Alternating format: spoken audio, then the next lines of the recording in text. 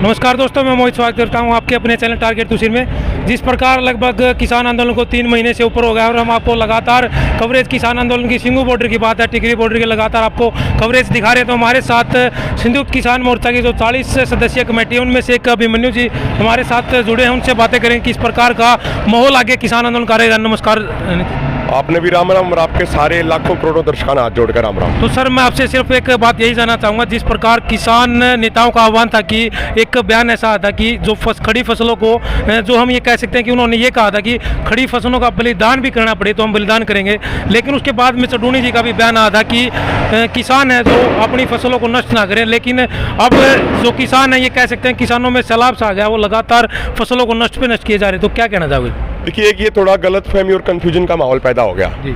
जो चौधरी राकेश टिकैत ने कहा था वो ये कहा था कि भाई सरकार यदि ये सोच रही है कि फसल कटाई के समय हम घर चले जाएंगे तो ये सरकार की गलत फहमी है।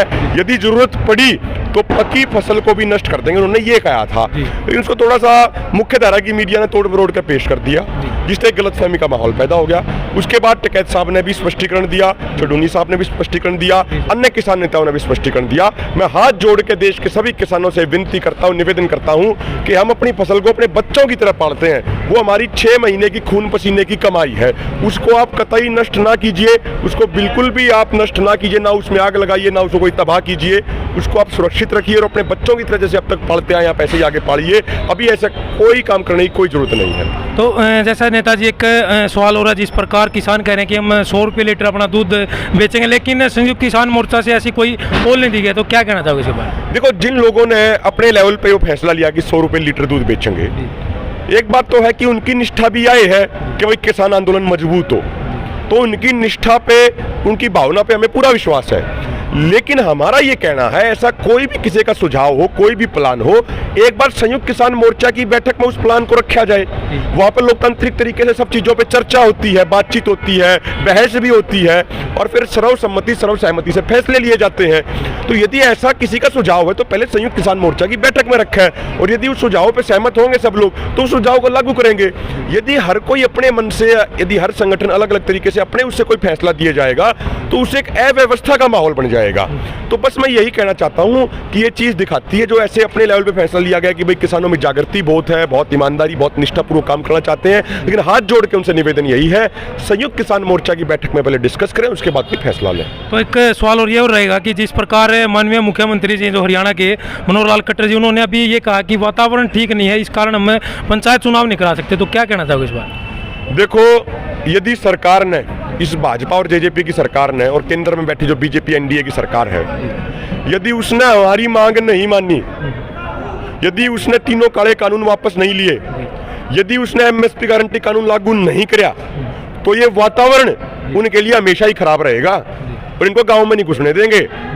तो हम तो परमात्मा से भी यही विनती करते हैं कि बीजेपी और आरएसएस के लोगों को सद्बुद्धि दे और जल्द से जल्द किसानों की बातें मान ले, नहीं तो इनको भी आगे बहुत ज्यादा समस्या होने वाली है। और यदि हमारी मांग नहीं मानेंगे तो आने वाले समय में हम दिखा देंगे, इनको इतना बड़ा राजनीतिक नुकसान होगा कि इनकी राजनीतिक जड़ों को उखाड़ फेंक देंगे, इनको हिंदुस्तान में, भारत में रहने नहीं दिया जाएगा।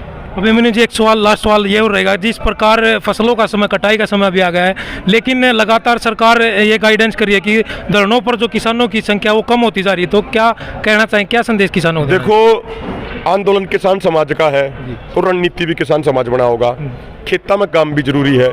या हमारी रणनीति है कि रोटेशन बेसिस पे चलो। अब ठीक है, आंदोलन चलेगा लंबा, किसान को भी अब बात समझ में आ गई कि आंदोलन तो 5 साल भी चल सका है, बहुत लंबा भी आंदोलन चल सका है, तो इसलिए ये हमारी रणनीति है, रोटेशन के अनुसार ये कर रहे हैं। और सरकार हमारी संख्या की कति चिंता ना करे।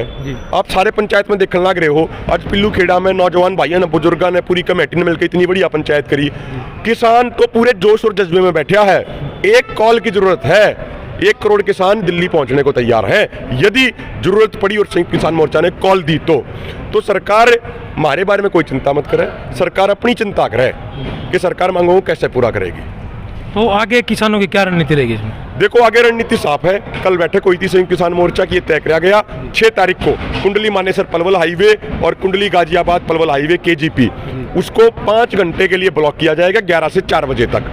जनता को परेशान करना हमारा कोई उद्देश्य नहीं है। जनता का तो हमें सहयोग मिल रहा है। हमारा उद्देश्य तो सिर्फ इतना है कि जो कुंभकर्णी रूपी नींद सो रही है बीजेपी सरकार, उसको नींद से जगाया जाए। जो बीजेपी सरकार सत्ता के नशे में चूर है, उसके नशे को चूर चूर किया जाए। इसलिए ये एक तरीके से 5 ही घंटे का ये किया जा रहा है। 8 तारीख को महिला किसान दिवस मनाओगे और 12 तारीख को कोलकाता में एक बहुत बड़ी किसान रैली होगी, जिसमें हमारे संयुक्त किसान मोर्चा के भी नेता जाओगे। और हम वहाँ पे किसी पार्टी के लिए वोट नहीं मांगेंगे, हम किसी कैंडिडेट का प्रचार नहीं करेंगे। हम तो सिर्फ एक बात कहेंगे, जिस बीजेपी सरकार ने किसानों की मौत के फरमान 3 काले कानून लागू किए, जो बीजेपी सरकार एमएसपी गारंटी कानून नहीं बना रही, उस बीजेपी पार्टी को वोट मत देना। उसके अलावा किसी को भी वोट दे देना। और ये एक चीज इसमें है कि बीजेपी, बड़े दुख की बात है, जो सरकार आज राज्य में है, या ना तो मानवता की भाषा समझती, ना या इंसानियत की भाषा समझती, ना या भाईचारे की भाषा समझती, या तो सिर्फ एक भाषा समझा है, चुनाव में हार या चुनाव में जीत। तो यदि ये इस तरीके से चाहे हैं तो कोई दिक्कत नहीं है। इब किसान समाज इस तरीके से इनका इलाज करेगा। इब किसान समाज जाति, धर्म, दारू की बोतल और 2000 के नोट तो ऊपर उठ के किसान बनकर वोट करेगा। और जो पार्टी किसानों के हित में काम करेगी, उसने वोट मिल जाएंगी। और जो पार्टी किसानों के खिलाफ काम करेगी, उस पार्टी को उखाड़ फेंकेंगे।